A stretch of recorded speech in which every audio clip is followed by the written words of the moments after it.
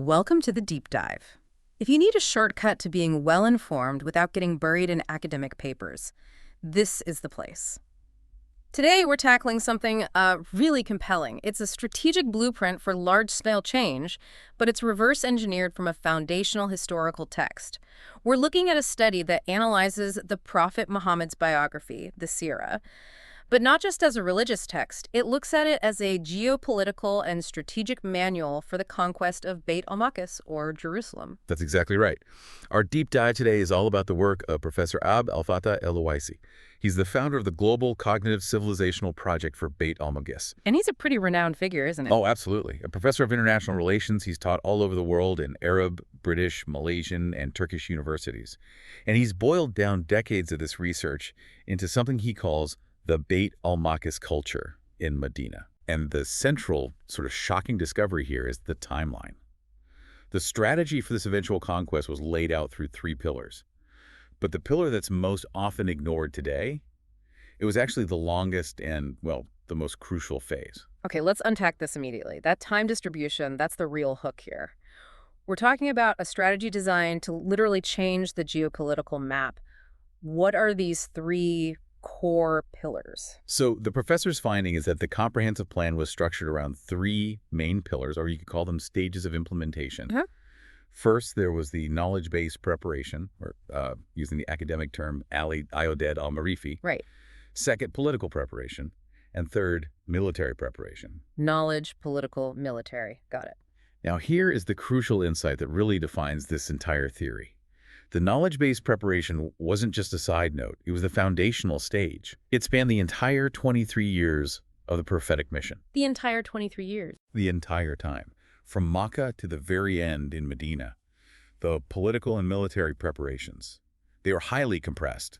Together, they took only about 4 years, right at the end of that period. So wait, we're talking about a strategy that was, what, roughly 85% foundational knowledge and cognitive framework, and maybe 15% political maneuvering and actual combat. Exactly. That just flips the conventional understanding of conquest completely on its head. I mean, in modern conflicts, we often lead with the military or political phase.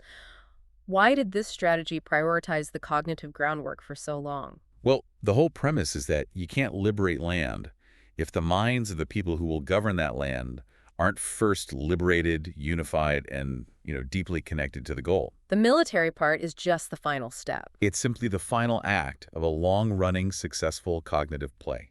The source material is clear that this intellectual groundwork started right away in Makkah, long before the community had any political power or military capacity at all. Okay, so let's focus on Makkah then. This was a period of, weakness, spiritual instruction. How was Bayt al-Maqdis woven into the very fabric of the new faith? How did they ensure its centrality for 2 decades? In Makkah, the cognitive prep created this deep, unbreakable link between Bayt al-Maqdis and the core Islamic creed. And it did this through 3 essential ties. Okay, what were they? The first was the spiritual tie, which is highly visible.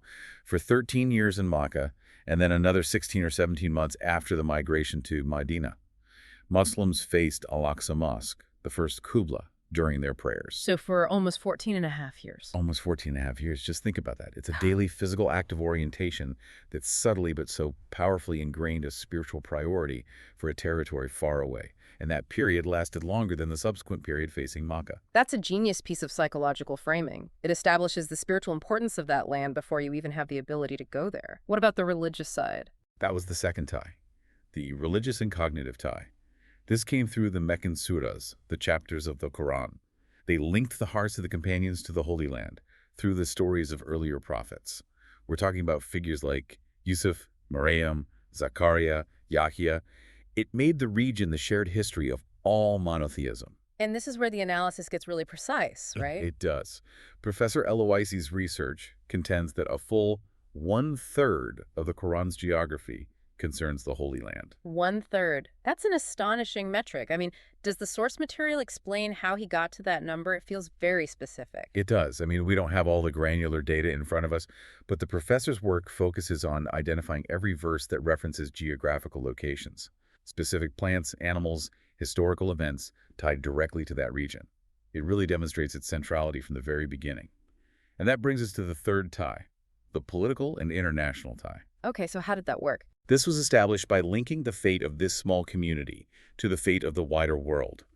You see this in Surah Al-Tin, which introduced a regional dimension, and crucially, in Surah Ar-Rum, which tracked the massive international war between the Roman and Persian empires. Who were fighting over that exact region. Precisely.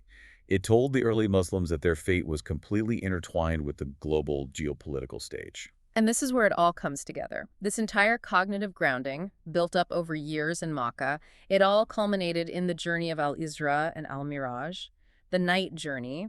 Strategically, that journey was like the ultimate graduation point, right? It took Bayt al-Maqdis from just a place of prayer and stories and formally elevated it. Exactly. It moved the whole preparation from spiritual affirmation to systematic strategic planning. Huh. Once the community migrated to Medina, Professor El-Awaisi argues the knowledge-based preparation shifted into a highly advanced stage. He labels it very precisely, the Bayt al-Maqdis culture in Medina. And this culture rested on 4 integrated practical pillars that were implemented daily. So these are the mechanics. How you turn intellectual prep into community action. What are these 4 pillars? The first pillar was the establishment of new terminology.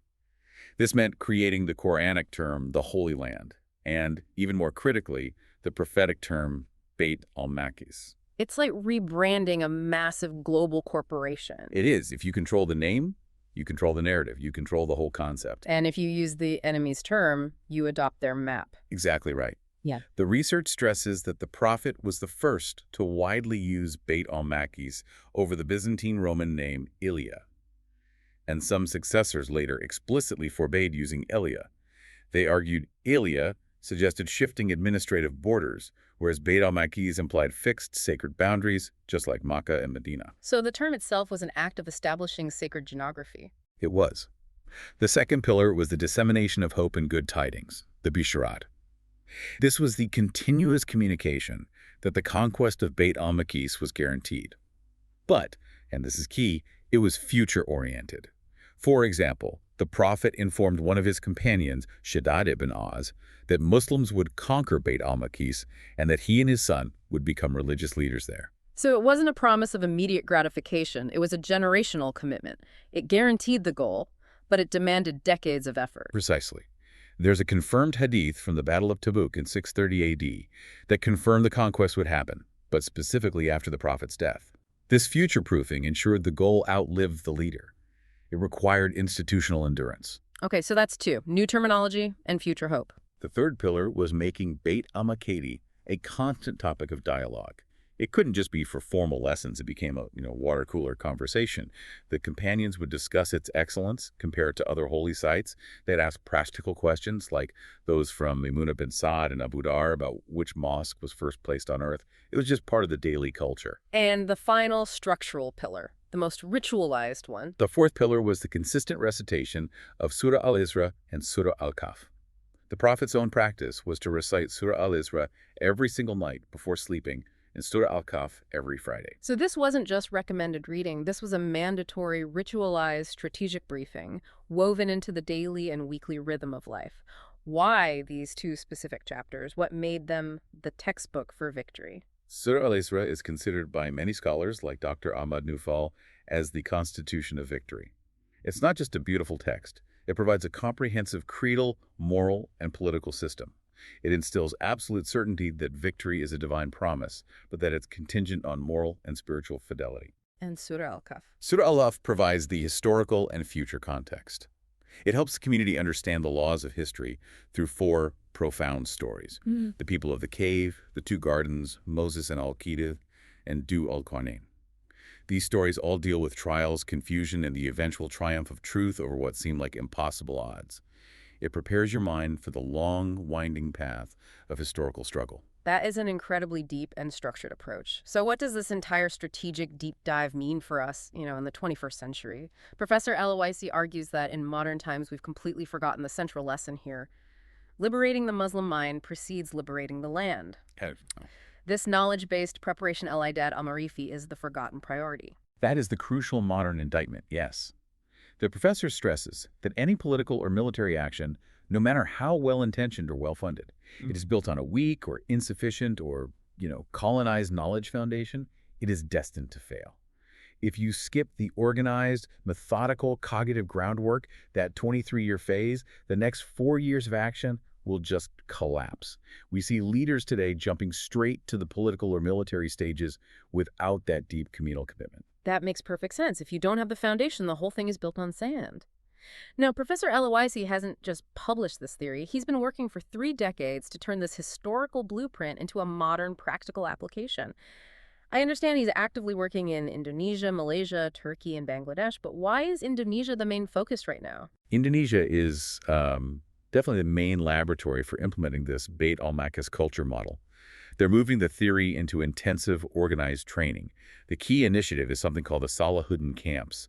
And these are not casual meetings. Between April-May 2024 and November 2025, 6 structured camps were held across 4 levels: beginner, intermediate, and advanced. How intensive are we talking? And who's attending these? Over 1,500 participants so far. And it's a strategic mix. Youth, university academics, business people, media influencers, mosque imams. They're organized by the Youth Union, SUU, which is affiliated with the massive Muhammadiyah organization. The goal is to create a core group of cognitive leaders. And they're integrating those 4 pillars practically. Absolutely. They launched a competitive project among the members of the Salahuddin community to locally implement the 4 pillars. So that means actively encouraging the community to use the correct terminology, to spread hope, the Bisharat, and to institutionalize the consistent recitation of Surah al-Isra and al-Kahf. You can even see the impact in publishing. 5 editions of the Indonesian translation of Professor Aloisi's book on strategic planning were published in less than a year. The knowledge transfer is rapid and it's structured. That level of organizational commitment really signals a strong belief in Indonesia's capacity to lead this. Which brings us back to geopolitics. You mentioned Professor Aloisi introduced a new theory to explain this choice, the Baraka Circle theory of Islamic Jerusalem. So why Indonesia? What makes it specifically positioned to lead this global cognitive shift? He argues that Indonesia is currently the ideal place, the most fertile ground, because of a unique convergence of power factors. First, geopolitics. Indonesia is described as the center of absolute power in Southeast Asia. It's a massive archipelago, over 17,000 islands. And it's situated at this critical junction of the Indian and Pacific Oceans. It's not just scenic, it's strategically vital. It controls global maritime passages like the Sunda, Lombok, and most famously the Straits of Malacca. Through which something like 40% of global maritime trade passes. A staggering 40%. If you control that flow, you have immense leverage and soft power. So massive geographical control is the stage. What about the capacity to act on that stage? That's the second point, economy and resources. Indonesia is already the 16th largest global economy, a G20 member. They have this ambitious national project called Golden Indonesia, aiming to be the 5th largest economy by 2045. And critically, resource-wise, they are the world's largest producer of nickel. Which is essential for electric batteries for the whole energy transition. Exactly. And they are deliberately focused on building transformative, high-value industries like weapons and electronics. This economic heft provides the foundation for a global civilizational project. And finally, the demographics and the history provide the motivation. Yes, demographics and history. It's the 4th most populous country in the world, and by far the largest Muslim-majority country. 87% of 284 million people. And historically, Indonesia has this unbroken, fierce tradition of anti-colonial resistance. I mean, against multiple powers since the 16th century. The struggle was long, it was hard-won, leading to independence in 1945. And this strong anti-colonial stance is actually enshrined in the very first paragraph of its constitution. That historical DNA against colonization, coupled with its immense economic and geographical power, it makes it the perfect anchor for a long-term knowledge-based strategy. The professor seems to suggest its distance from the conflict isn't a weakness, but actually a strength. It lets the community build without immediate pressure. It allows the focus to remain firmly on the cognitive foundation, on that forgotten priority, before anything escalates to the political or military phases. This has been a fascinating journey, mapping a strategy from ancient history right onto contemporary geopolitics. We've covered the Prophet's 3-stage strategy, the intense cognitive grounding in Makkah, and the 4 practical pillars of the Bayt al-Maqdis culture in Medina, which Professor Abdul Fattah Aloisi argues must be revived today, with Indonesia playing a key leadership role in that effort. And if we connect this to the bigger picture, the entire plan views history as a play and geography as a stage for continuous goal-oriented action.